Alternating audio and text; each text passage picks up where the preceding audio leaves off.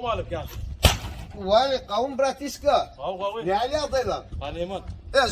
Spaklovka tatlıyan yerden mi? Hava. O optam veriyor. Optam. Yüz kanka. Yus kanka. Hava ya bar gitsin işim kanı. Bar git işim kanı. Ayo bolya bizim işlik dönelim. Ama bizim işlik kanı.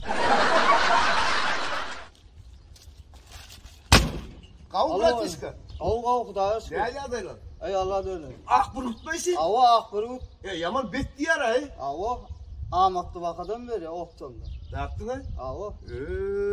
Öyle aktı diyar ay. Avu aksa. Var gitsene iş yap vermem. İşimden hakkımı benim. Bratiska. Hemen. Yok burada soruzluklar. Ölçüm çalanlıktan üstünün arabanın soğuka çalmak gerek değil diyar ay. Hava. Bar gitsene iş sonunda derdim kanı. Bar git yapma. Bolya.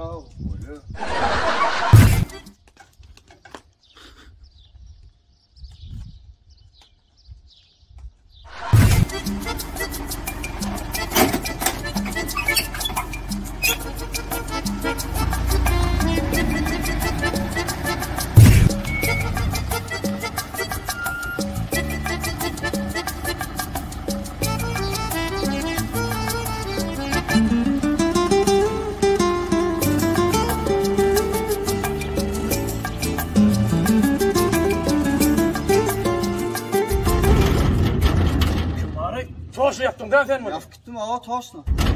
Kim? Atavay sen mi? Yok Bratiska. Ben Atavay'dan ben.